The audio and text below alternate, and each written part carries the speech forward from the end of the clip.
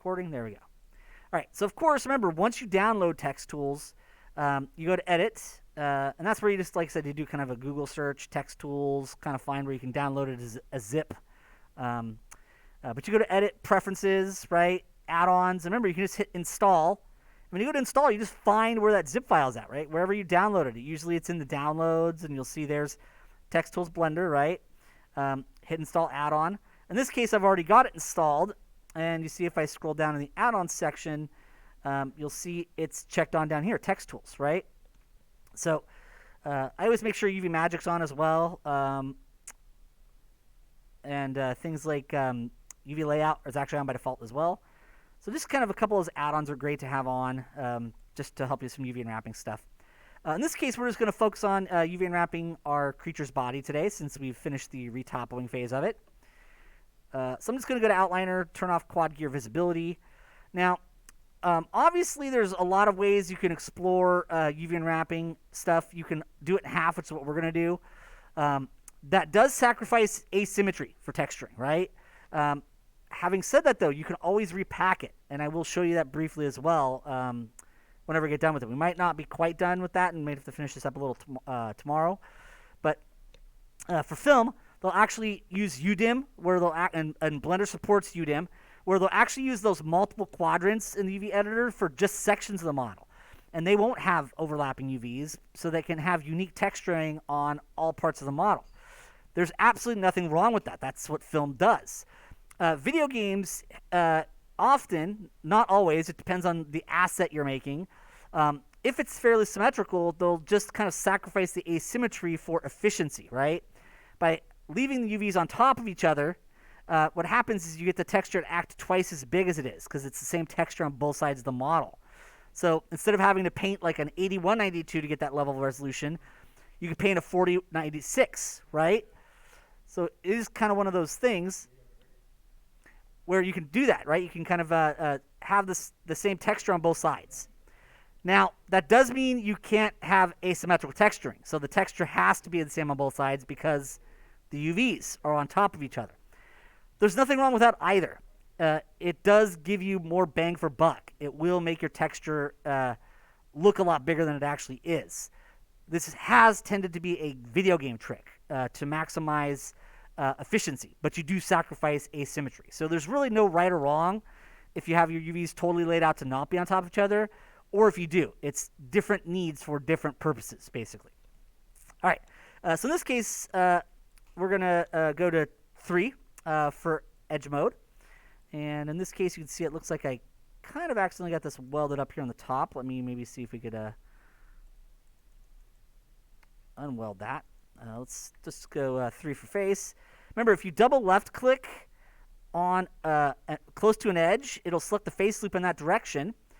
And in this case, you'll notice it's kind of stopping in the mouth, so I have to shift double left click down here to get this face loop. And there we go. And you see that there might be a slight weirdness here because of when I merged earlier, right? So you might actually notice that there's a bit of an opening here. So let's see if maybe we could just tweak that. So I'll go to 2 for edge mode, and we'll pull those out just a little bit. No, those are giving us full overlap. All right, so let's maybe just select those. There we go. And then we'll delete, right, faces. And I should be able to select linked, but you'll notice that those are still linked. So it might be actually one of those instances where I'll grab, say, these, right, delete, faces.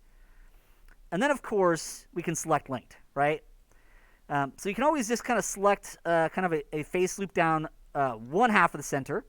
You could technically select the edge loop, right? And then right-click edge split. That'll kind of unweld all the edges and then select. But you can also just quickly do it with face loops as well. So we'll delete faces. And in this case, I'm probably going to go in here and see if I can move these edges around a little bit. Maybe move that face. There we go. All right. Let's see if I can make adjustments here. Just so these aren't quite on top of each other like they were before. There we go. All right. And you see those faces are flipped, so we'll probably want to grab those faces. Remember, you can always go to Mesh, Normals, Flip, to flip those polygons back out. And you see those just got a little bunched up from the mirroring earlier, so just figured do a quick fix on that. All right. But now we have basically half the model. And so what we have to do now is we're going to go to the UV Editing Workspace, right? So we see that there is a workspace called UV Editing. And of course, what that does is that brings up our UV Editor, which you can see is two-dimensional space, and some of our basics for that. We can see our model right here, of course, as well. And you can even, over in kind of the green triangle pointing down, there is a section called UV Maps, right? You can open that up, and you could name this UV map. So we could double-click on that, and we'll just call it Quad Body. There we go. And now those UVs are named. Now, I need to go to 2 for edge mode, because the first thing when you're UV unwrapping anything is you need to set up the seams, right? The seams are how this is going to unwrap, right? How it's going to peel apart and flatten out, right? So really, when we're setting up seams, it's quite easy. Blender makes it quite easy. And you want to basically follow clothing as a guide, right? So when you look at clothes, that's a great guide. In this case, we want to separate the legs off. So I can just double left click here, shift double left click, right? Shift double left click, shift double left click. So you see how I kind of select this edge loop kind of around where the leg's at? Now, if I right click, since I'm in edge mode, right? Because seams are edge loops and edges, so you're 2 for edge mode. If I right click, right, that brings up my edge context menu tools. Now, you'll see way down here is an area called Mark Seam, right? Mark Seam. Now, the nice thing is we've done this actually a couple times for many of our models. We did it on our car. We did it on our crab as our first project, our room environment. So this is going to be great practice again, but it's the same stuff, right? Mark Seam. And now you see it's red. That means you have a seam there now. So I can go down here to kind of the ankle, right? And I'll double left click there, shift double left click, right click, mark seam. There we go. Now, for feet and hands, you kind of do the edge loop through the center, kind of like gloves, right? If you actually think about where the seam's out on gloves, that's how this works. So right click, mark seam. So marking your seams is quite easy. I do usually like to have a little bit of one on the back right here, just to kind of pop the this top foot open, right? So right click, mark seam. There we go. And then, of course, we need one up the leg, right? Because we need to pop the foot off on its own, the top and bottom. And we need to pop the leg off the body, but the actual leg needs to unwrap. If you actually look at your pants or shirt sleeves, right, there's usually a seam. Technically, pants have 2 seams, right? An inseam and an outseam. You don't need both of those. You really only need the inseam. In fact, the inseam is a better place to put it because it's hidden on the inside, right? So what I'll do is I'll just go in here and I'll just select this edge. And then, of course, I can go up here and shift-click on that one. Remember, Blender has select length, shortest path. And, of course, you can see I've got my own quick key for it, right? Shortest path, so that selects just between those, right? Right-click, mark seam. And you see how we can slowly mark these seams, right? And that's a big, big part of unwrapping this is actually setting up the seams, right? So double left click, shift double left click, shift double left click. Get that seam there. Right click, right? Mark seam. Remember, we're all doing this in edge mode, right? So 2 for edges. And then we're double left clicking to select an edge loop. And in this case, sometimes they don't go all the way around, so you shift, which is add, right? Shift is add to selection generally in Blender. Shift double left click, right? There we go. Right click, mark seam. And slowly but surely, we're getting these seams set up. I could double left click through kind of the foot here, right? So you always kind of pick that center edge loop. Right click, mark seam. And then we'll do that a little bit up here as well, right? Right-click, mark seam. And then, of course, we can do the inseam for the leg itself. So there should be also an inseam. And you notice how these seams go all the way around? These seams should go all the way around. If you have a little bit of a gap, which, by the way, if you ever want to unmark a seam, right-click, right below mark seam is clear seam. So if you have one edge missing, this leg is still going to be connected to the body, and it's not going to unwrap as well. Right? It'll have more distortion. So remember, you can clear seam, of course, as well. So if you're like, oh, man, I got some extra edges in there, just select them that you don't want part of your seam, and then just move them elsewhere. So I'm going to select that edge, and then along that same edge, loop this edge. Select menu, shortest, select link, shortest path. Right-click, mark seam. And now you see we've got the seams set up for the legs. Now, Blender's unfold algorithm is pretty good, but it tends to be need a little more help by having maybe an extra seam or two. So I'm actually going to just kind of let this body break up in the middle, right? So I'll right-click, mark seam. There we go. And then, of course, we'll go and we'll do one kind of through the head area here. So double left-click, shift double left-click, right-click, mark seam. Guys, shh, right? So slowly but surely we can kind of say, hey, you know, like this upper body is going to be its own part. This back body is going to be its own part. The legs are going to be their own part. The horn should be its own, right? So we can just go in here and do a little bit of double left click, shift double left click, right click, mark seam. There we go. So a big part of unwrapping any of this stuff is these things right here, right? I'm probably going to take advantage of maybe popping the ear off as well. So I'll kind of do maybe see if I can maybe do this seam right here. Yeah, that'll work. Right click, mark seam. In this case, maybe a little bit of one back through here just to kind of let that kind of more properly open up here. Right, so it'll peel open. That should be a pretty good starting place for our seams for this, right? Now, the nice thing is you can always go and add another seam and then unfold things, right? If you need to take a seam out, you can clear seam. So it's pretty easy to do a little bit of trial and error. But any kind of thing that really comes off as an appendage, arms, legs, fingers, toes, horns, ears, usually should be separated its own part if you want it to be lower distortion, right? All right, so those should work as pretty good seams. Now, in this case, I want to go to the UV, because we're in UV Editing Workspace, and I want to go into the UV Editing area.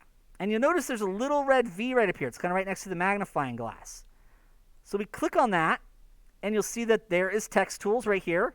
Some of your magic UV options are there.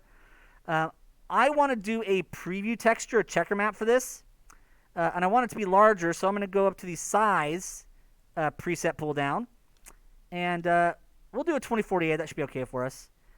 And then we're going to click checker map. And what it does is it creates a preview checker map for us.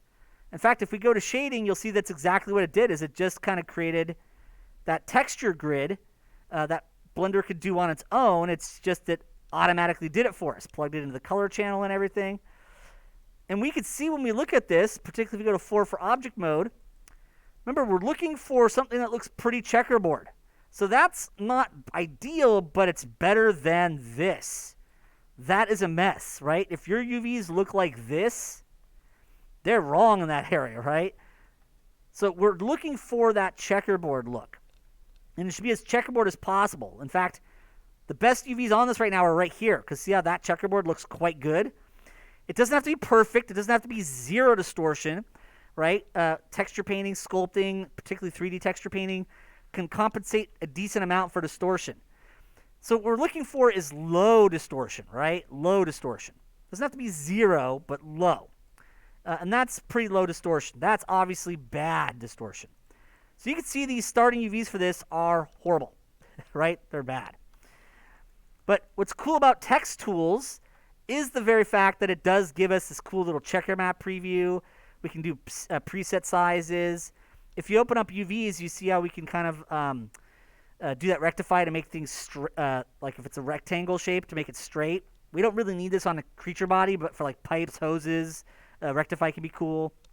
So you can rotate them 90 degrees perfectly. So there's some neat little options here to allow you to align stuff a little bit better, which is cool. And obviously the baking down here is super cool and super easy to use. By default, it's set to normal map. But if you click on that, you see there's actually a lot. You can bake out ambient occlusion or cavity, tangents, a normal map that actually has bevels in it. So basically where there's harder edges, it'll actually add a little bit of kind of normal map bevel to it. So some neat stuff, right? Some neat stuff there. There's technically a wireframe one. It uses triangles. It's better to use freestyle with marked edges to get wireframe renders in Blender. But we are going to be using text tools primarily on this model for preset, checker map preview, and the baking.